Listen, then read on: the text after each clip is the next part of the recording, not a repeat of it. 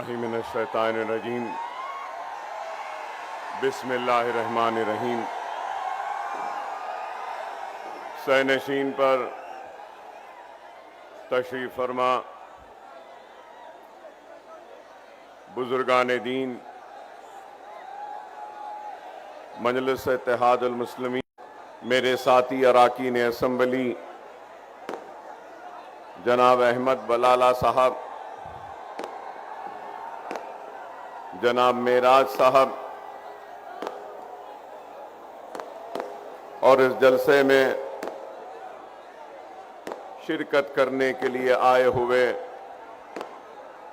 बुजुर्गों, नौजवान साथियों और घरों में बैठकर सुनने वाले, इंतखाबात का वक्त है।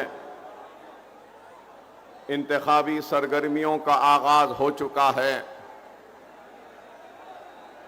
और 20 तारीख के दिन अवाम अपने पसंद के उम्मीदवार का इंतखाब करेगी और उसको ऐवान असम्बली में अपना नुमाइंदा बनाकर भेजेगी। उनके मसाइल की तर्जुमानी करेंगे, उनके दुख और दर्द को इख्तिदार पर बैठे जिम्मेदारों के सामने पेश करेंगे। उनके मसाइल को न सिर्फ पेश करेंगे बल्कि उनका हल भी ढूंढकर उसको हल करवाएंगे। और उसी बयान में आया हूं, और अगर आया हूं तो कोई नफरत की बात करने नहीं आया हूं। अगर आया हूं तो किसी के जज्बात को ठेस पहुंचाने के लिए नहीं आया हूं। अगर आया हूं तो कोई नफरत की बात करने के लिए नहीं आया हूं। और अगर आया हूं, मैं आज आपके दरमियान में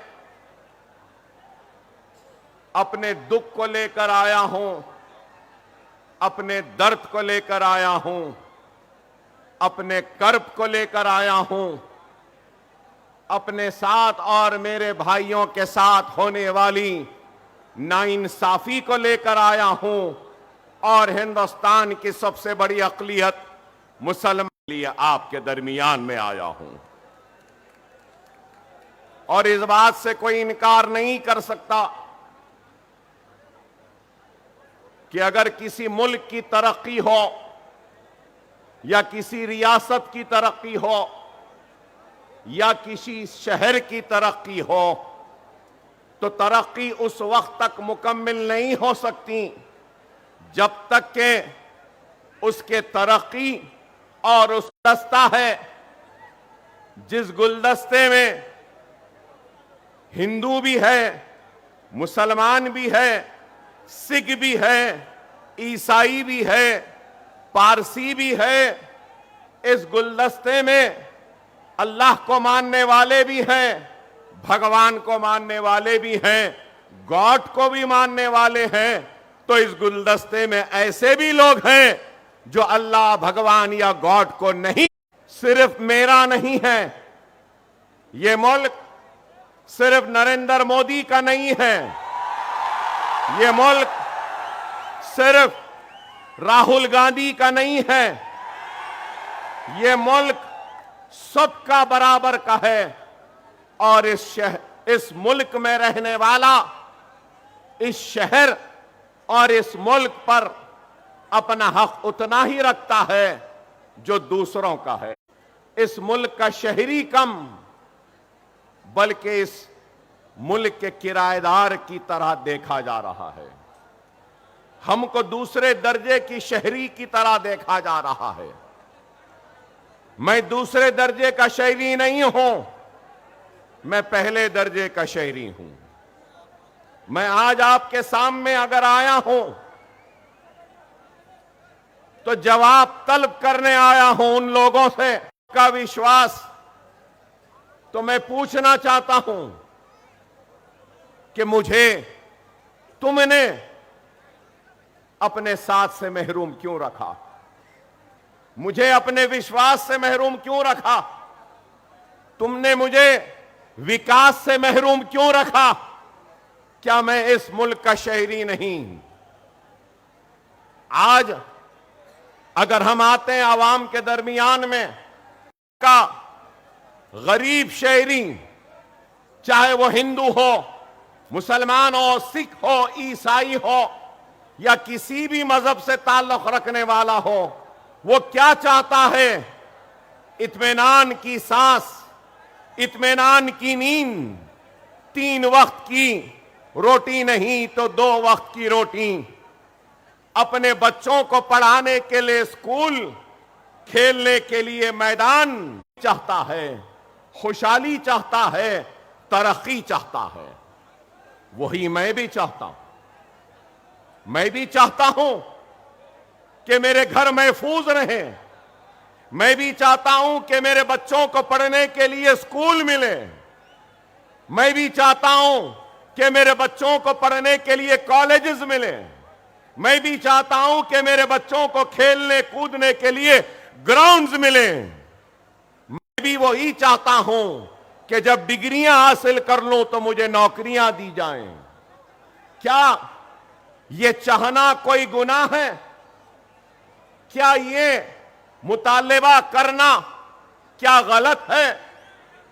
लेकिन आज जब हम इन मुतालबात को रखते हैं तो हमको इस मुल्क का दुश्मन कहा जाता है या फिर हमसे कहा जाता है भड़काऊ बात है। 2 वक्त की रोटी मांगना क्या भड़काना है?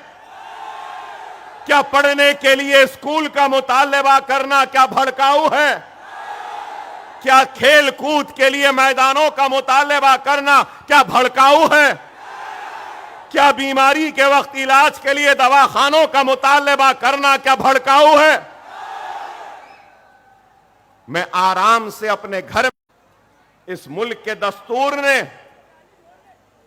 हर एक को इख्तियार दिया कि वो अपने मजहब पे कायम रह सकता है।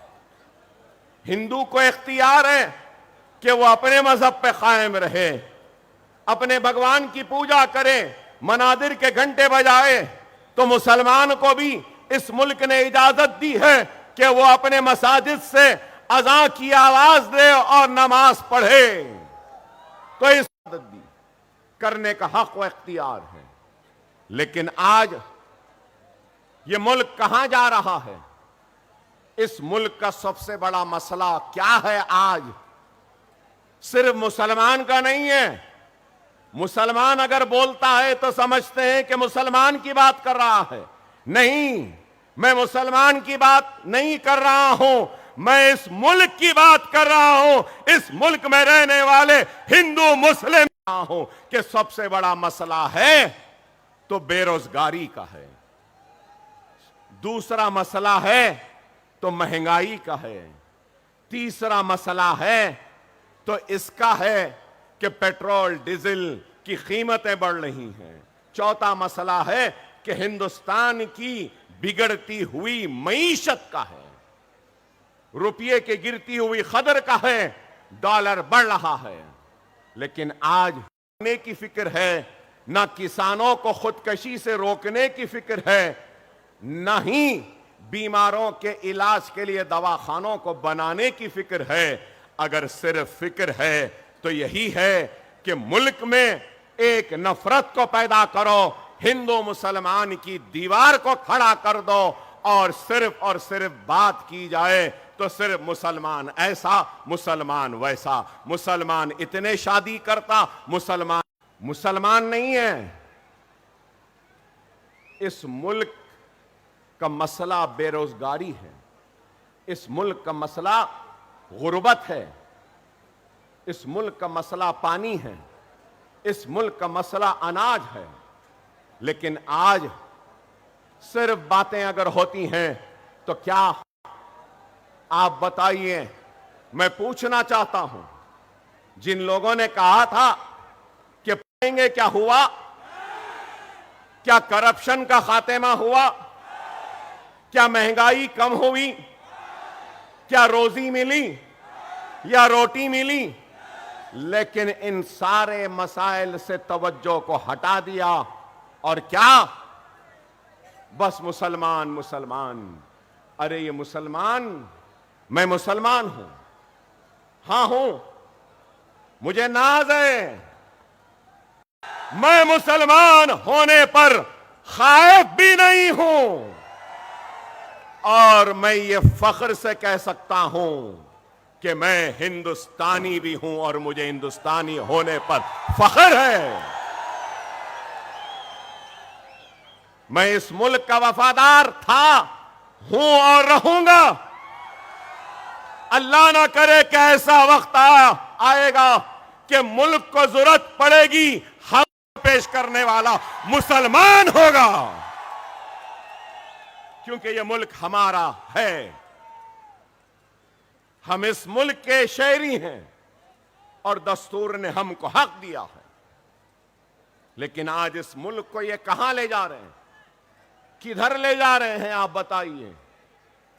पार्लियामेंट में कानून आते हैं तो कौन सा कानून? तलाक सलासा कानून आता, उनका मसला मुसलमान है नहीं है। लेकिन फिर भी आज ये लोग सिर्फ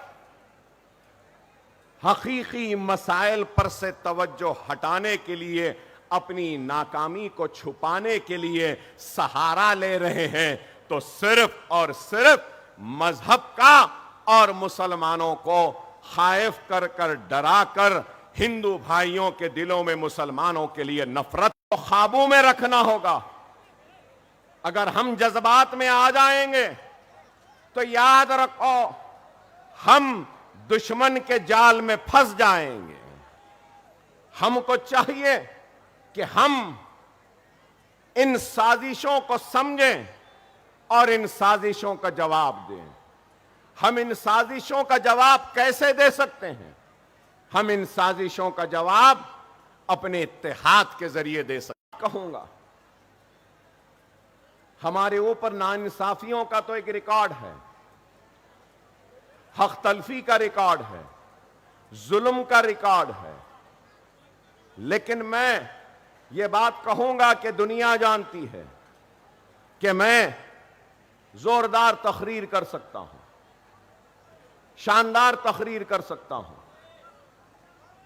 आपको अल्फाज और अपने खिताबत के नारे तकबीर अल्लाहु अकबर की आवाज भी गुंजा सकता हूं, जज्बात में ला सकता हूं। लेकिन उसके बाद क्या होगा? मेरी आवाज और आपके जज्बात इन्हीं चार गलियों में या इस शहर में दम तोड़ देंगी। लेकिन यही जज्बात, यही बेबाकी और यही बयानी अगर ऐवान असेंबली में होगी या ऐवान पार्लियामेंट में होगी तो पार्लियामेंट में गूंजेगी तो सारे हिंदुस्तान को सुनाई देगी। नहीं सारे हिंदुस्तान बल्कि सारी दुनिया को सुनने पे मजबूर करेगी। इसलिए हमारी आवाज का ऐवानों में जाना जरूरी है, ऐवानों में पहुंचना जरूरी है।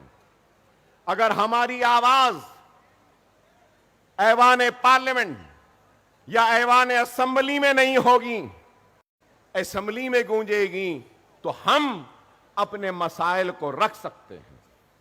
यही है जमहूरियत का जश्न जो आज आप और हम मनाने के लिए है।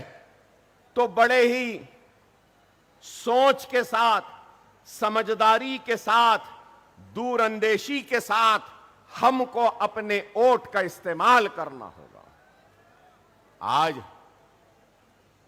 मुसलमान हैं, आज मुसलमान के पास दौलत है, कहीं पर पेट्रोल की दौलत है तो कहीं पर सोने की दौलत है तो कहीं पर गैस की दौलत है।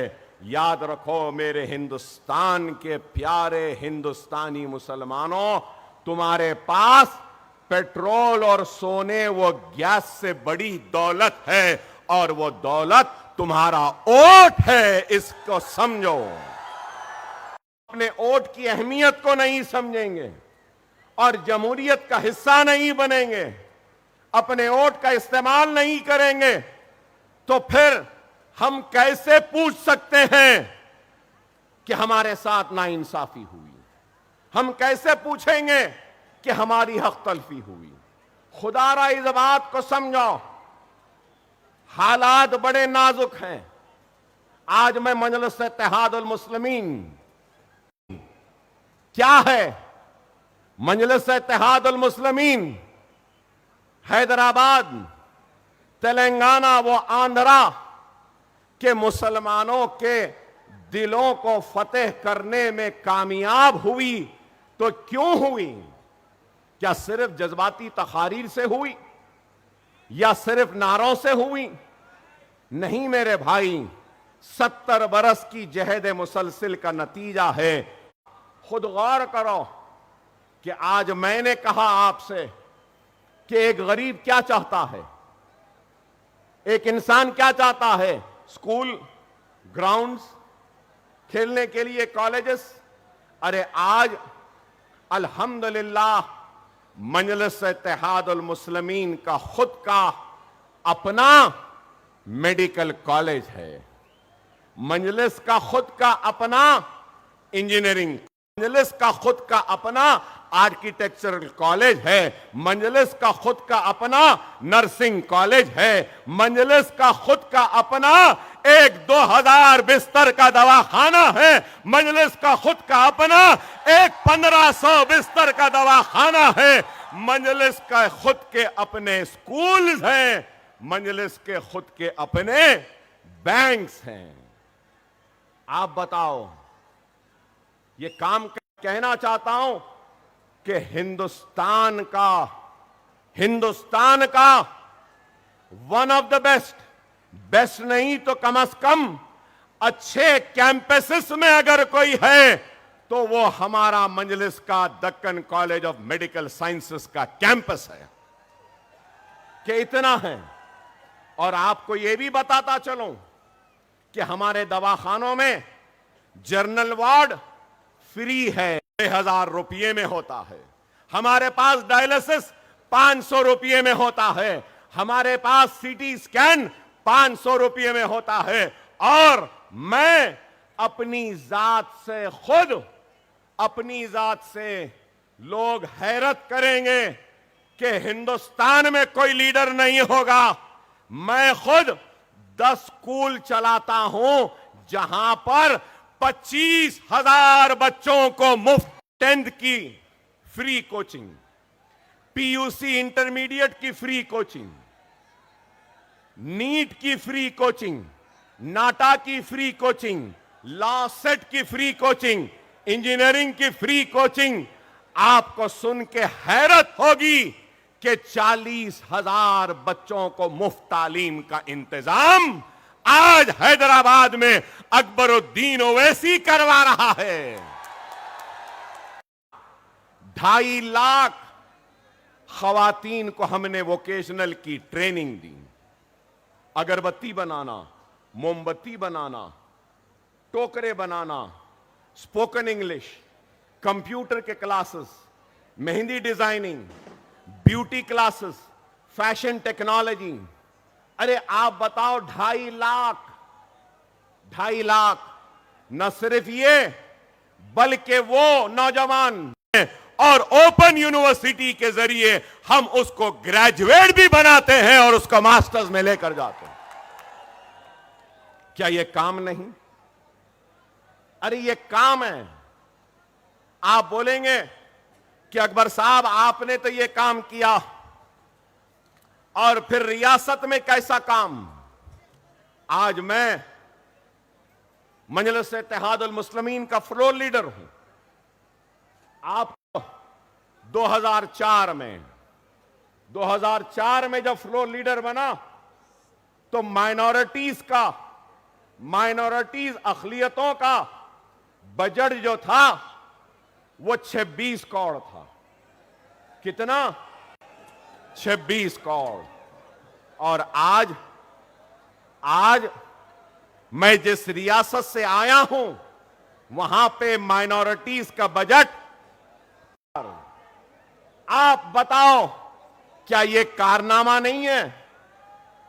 आप यहां नौजवान खड़े हैं, हमारी रियासत में कोई भी नौजवान डॉक्टर बनना चाहे, इंजीनियर बनना चाहे, लॉयर बनना चाहे, एमबीए मास्टर्स करना चाहे, या एमसीए करना चाहे, या जो फार्मेसी करना चाहे, या आर्किटेक्चर करना चाहे, वो सिर्फ स्कॉलरशिप मिली।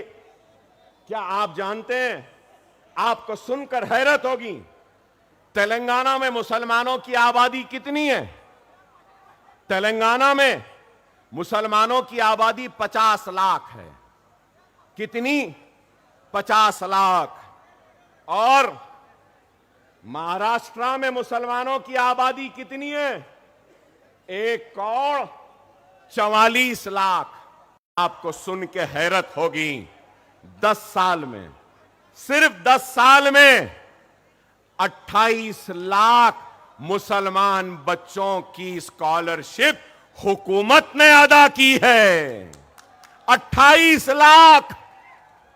गौर करो, 3000 बच्चे ओवरसीज स्कॉलरशिप के जरिए London, America, Canada, New Zealand hostel की फीस देती है और सेमेस्टर की फीस देती है, मास्टर्स करने के लिए गए हैं। न सिर्फ ये, मजलिस की नुमाइंदगी पर शादी मुबारक एक स्कीम का आगाज हुआ। आपको मालूम, अब तक 3 लाख मुस्लिम बच्चियों की शादियां हुई हैं। 1 लाख चिल्लर रुपया, 1,01,000 दिया जाता है। अरे हमने काम किया। अरे आज आप बताओ। और फिर मैंने आपसे कहा कि 1 करोड़ 44 लाख मुसलमानों की आबादी है महाराष्ट्र में, तेलंगाना में 50 लाख। महाराष्ट्र का बजट, अगर मैं गलत हूं तो मुफ्ती साहब मुझे टोक सकते हैं, महाराष्ट्र का बजट, मुकम्मिल बजट 6 लाख चाहता हूं। तेलंगाना का बजट सिर्फ 2,91,000 का है।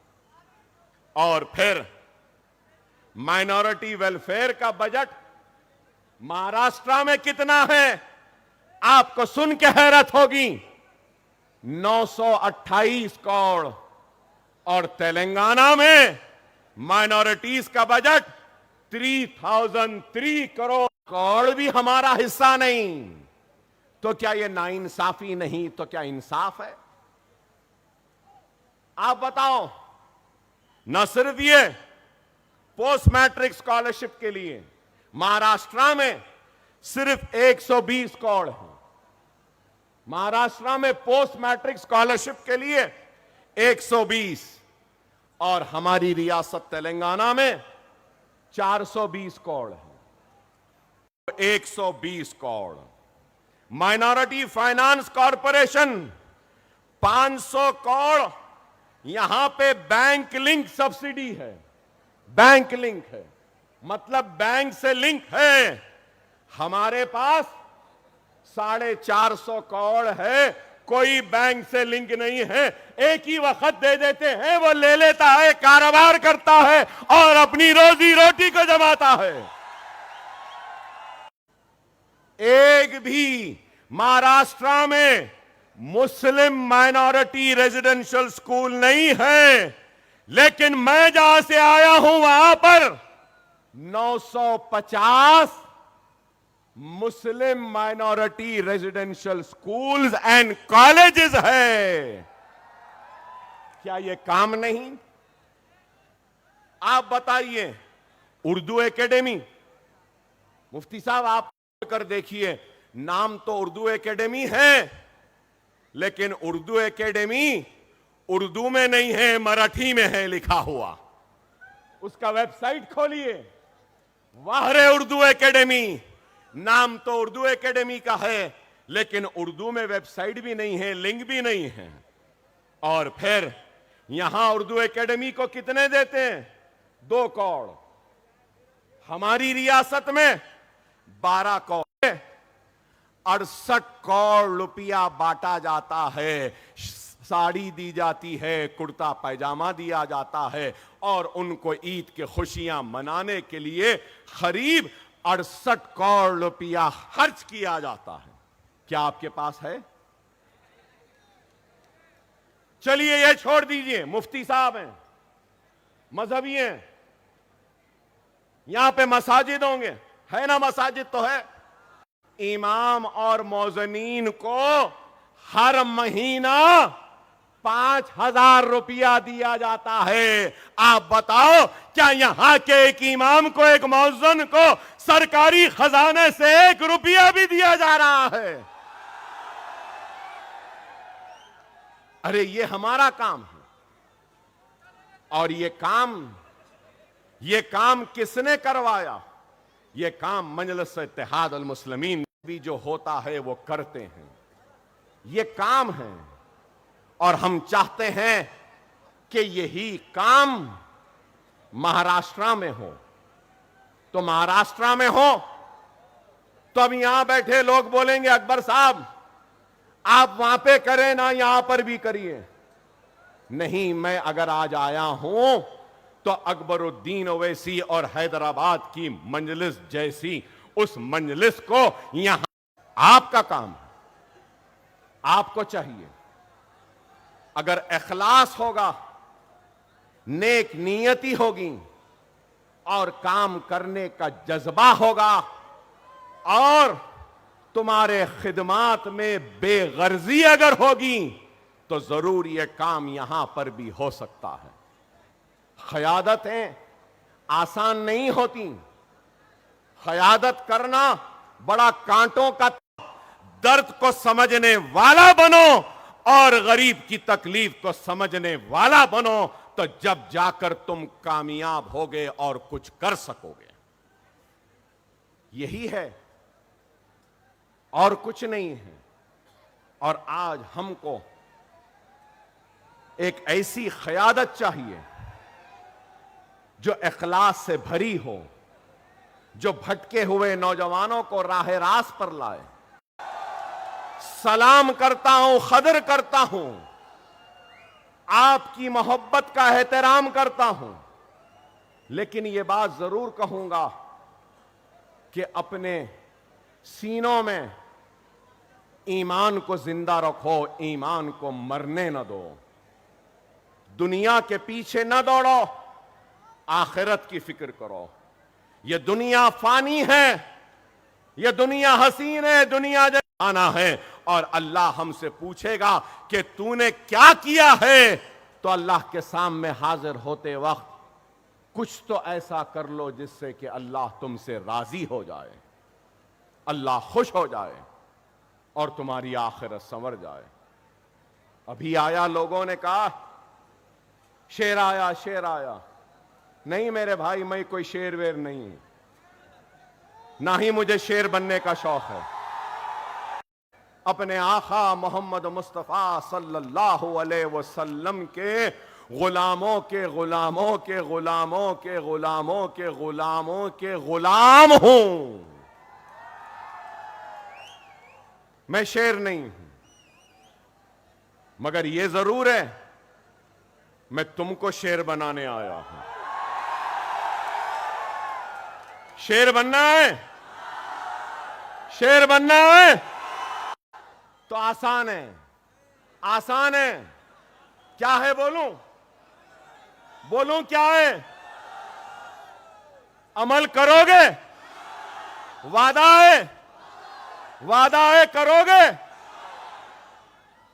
नमाज के पाबंद बन जाओ, कुरान को पढ़ो, सुन्नत रसूलुल्लाह पे अमल करो, यतीमों के हुए अपने रूठे हुए अल्लाह को मना लो। तुम शेर बन जाओगे और तुम शेर के सामने दुनिया की कोई ताकत तुमको कमजोर नहीं कर सकती। ये हमारे ईमान की ताकत है। खुदारा समझो, समझो इस बात को।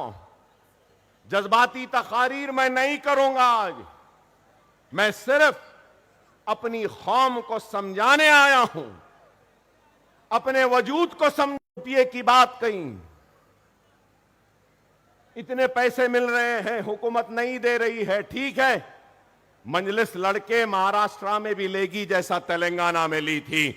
आप भेजो हमारे नुमाइंदों को, हम लड़ेंगे, मजबूर करेंगे कि वो सब दें जो तेलंगाना में दिया जाता है, लेंगे।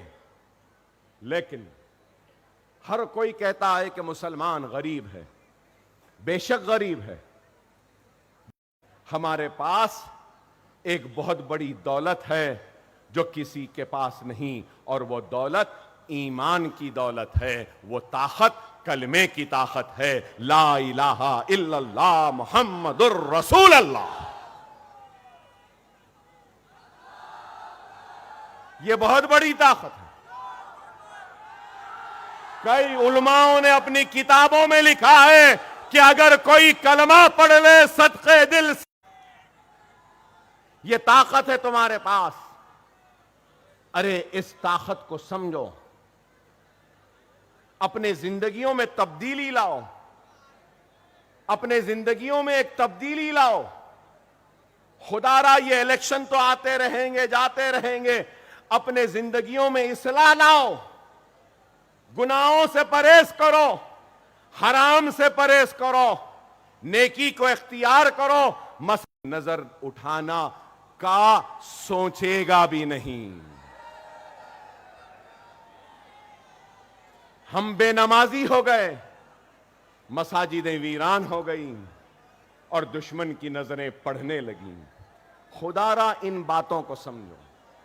आज मुल्क के हालात क्या हैं मुझसे बेहतर आप जानते हैं। मुल्क कहां जा रहा है, किधर जा रहा है। सारी तवज्जो वक्फ बिल पर है, सब लोग उसी पे लगे हैं। मुसलमानों के औकात की जमीन इतनी, मुसलमानों की ऐसी, मुसलमानों की वैसी। अरे हमारे वक्फ की जमीन हमारी है, हमारे आबा व अजदाद, हमारे बड़ों ने, हमारे बुजुर्गों ने वक्फ किया है, एक मकसद के लिए वक्फ किया है। तो यतीमों के लिए, यसीरों, इनको फिक्र है तो वो जमीन छीनने की। आप बताइए, हमारे ईमान का एक हिस्सा है वक्फ, और आज वक्फ बिल जो आया है, उस वक्फ बिल में कहते हैं कि वक्फ बोर्ड में गैर मुस्लिम भी होगा। क्या हिंदू एंडोमेंट में क्या नॉन हिंदू होगा? किस तरीके से पूजा होनी चाहिए, क्या करना चाहिए, वैसा ही मुसलमान को मालूम कि मस्जिद में कैसा होना है, दरगाह में कैसा होना है। आप बताओ, यहां पे ठहरे और इस मजमे में मौजूद मेरे हिंदू भाइयों से भी मैं पूछूंगा, आपके मजहब के बारे में, या मीडिया में भी हिंदू भाई होंगे, उनसे कहूंगा आपके हिंदू मजहब के पूजा किस तरीके से हो, एक पुजारी बेहतर जानेगा या एक मुसलमान जानेगा? मगर आप देखो किस तरीके से आज हरासा व परेशान किया जा रहा है। क्या है, किधर है? आप को गौर और फिक्र करनी चाहिए। अब मैं आया, जैसे आते ही पुलिस कि आप शहर की पुरअमन फिजा को नहीं बिगाड़ेंगे। क्या अब तक मैंने कोई ऐसी बात कही जिससे कि शहर का अमन मुतासिर हो? ठीक है, दे दिए, ले लिया। ये कानून के मुहाफिजीन हैं, मैं कानून बनाने वाला हूं। तो कानून का एहतराम करना मेरी जिम्मेदारी। मैं ठहर कर सवाल तो कर सकता हूं ना। रसूलुल्लाह सल्लल्लाहु अलैहि वसल्लम की शान में एक शख्स ने मुसलसिल गुस्ताखी की, मुसलसिल हमारे दिलों को ठेस पहुंचाई, हमारे आका के का गुस्ताखियों का सिलसिला जारी रखा और उस शख्स पर आज तक को आया तो नोटिस मिल गई। क्या यह इंसाफ है? क्या यह इंसाफ है? अरे इंसाफ का तकाजा है कि हर वो शख्स जो मजहबी मुनाफरत फैलाता है और हिंदू मुसलमान के बीच में तफरीका डालता है, उनको बांटता है, उनको लड़ाता है, हुकूमत को और पुलिस को चाहिए कि ऐसे लोगों को गिरफ्तार। मैं एक बात कहना चाहता हूं और एक मुतालबा करना चाहता हूं। अगर मेरे मुतालबे को आप और आप सारे लोग कबूल करते हैं तो जोरदार नारा लगाना। मजलिस इत्तेहादुल मुस्लिमीन की तरफ से अकबरुद्दीन ओवैसी आज इस दिल में डाला जाए। क्या आप मंजूरी देते हैं?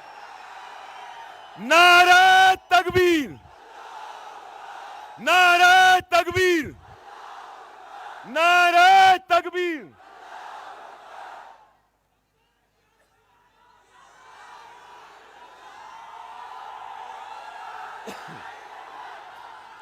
हमें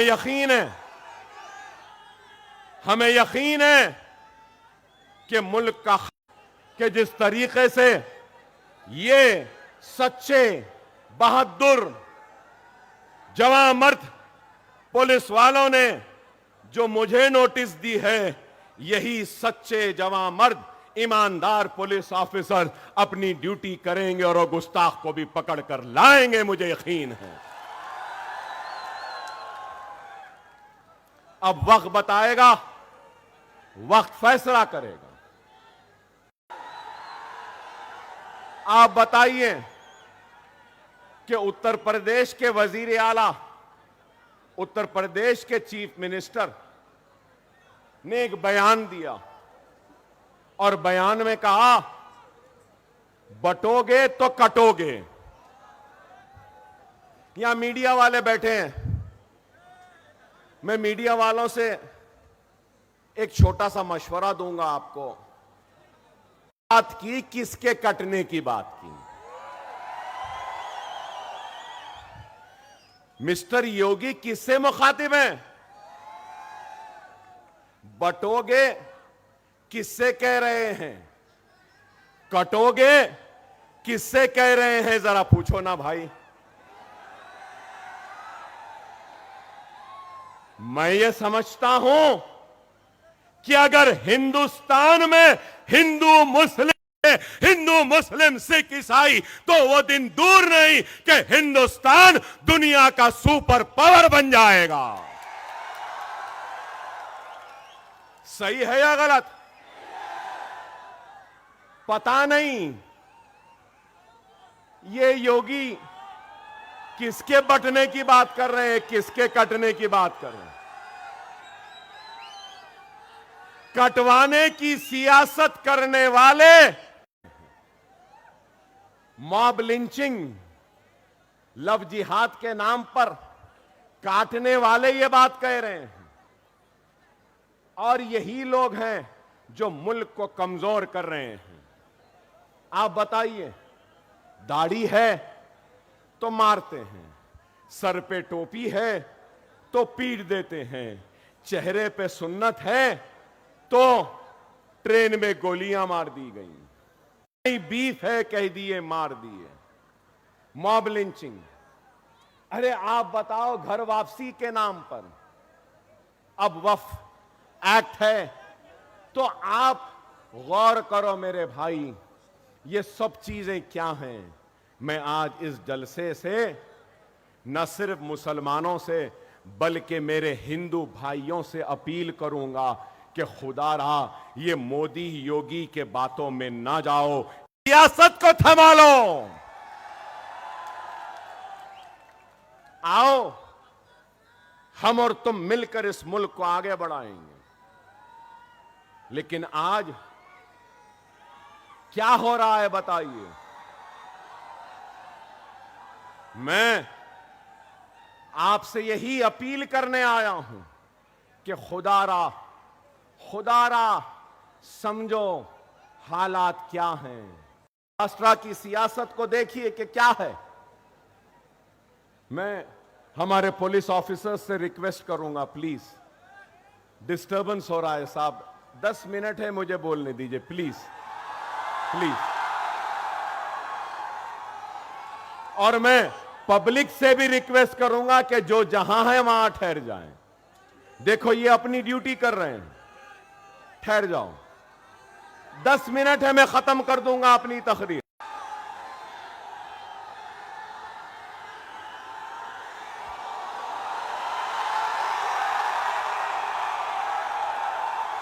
मैं समझ गया आप क्या बोल रहे हैं, मैं समझ गया आप क्या कह रहे हैं। इंशाअल्लाह फिर आऊंगा और फिर उस पर भी बात करूंगा। 5 बरस पहले बीजेपी थी, शिवसेना थे, दोनों मिलकर इलेक्शन लड़े। कांग्रेस थी, एनसीपी थी, समाजवादी भी थी, मजलिस भी थी। और आज एनसीपी के 2, शिवसेना के 2, और उसके बाद में कांग्रेस भी है, उसके बाद सब हैं। इलेक्शन से पहले मिस्टर मोदी और मिस्टर मोदी अलग हो गए और मिस्टर ठाकरे मिस्टर पवार से मिल लिए, और मिस्टर ठाकरे उसके बाद में फिर मिस्टर राहुल गांधी से भी मिल लिए ना। एक सियासी जमात आती है तो उसकी एक आइडियोलॉजी होती है, एक उसकी सोच होती है, फिक्र होती है।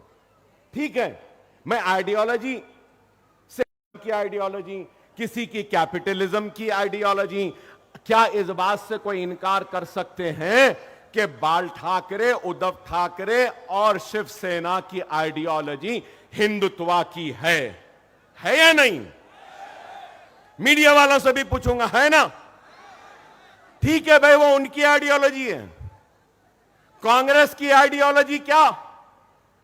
सेक्युलरिज्म बोलते हैं, अंदर से तो कुछ और उनकी। आज सेक्युलर आइडियोलॉजी के साथ है तो उद्धव ठाकरे ने राहुल, प्रियंका, सोनिया गांधी और मल्लिकार्जुन खड़गे और पूरे कांग्रेसियों को क्या हिंदुत्व की आइडियोलॉजी का सबक पढ़ाने में कामयाब हो गए, और गांधीयों ने हिंदुत्व की आइडियोलॉजी को कबूल कर लिया कि उद्धव ठाकरे से हाथ मिला लिया। मिस्टर मोदी हिंदुत्व के चैंपियन, मिस्टर योगी हिंदुत्व, खैर उनकी आइडियोलॉजी है, उनकी आइडियोलॉजी है, मुबारक उनको। और मिस्टर मोदी ने क्या कहा? ना खाऊंगा ना खाने दूंगा, 15 लाख वापस लाऊंगा, करप्शन का खात्मा करूंगा, डिमोनेटाइजेशन। अरे वाह, क्या बातें थे मिस्टर मोदी के कि अजीत पवार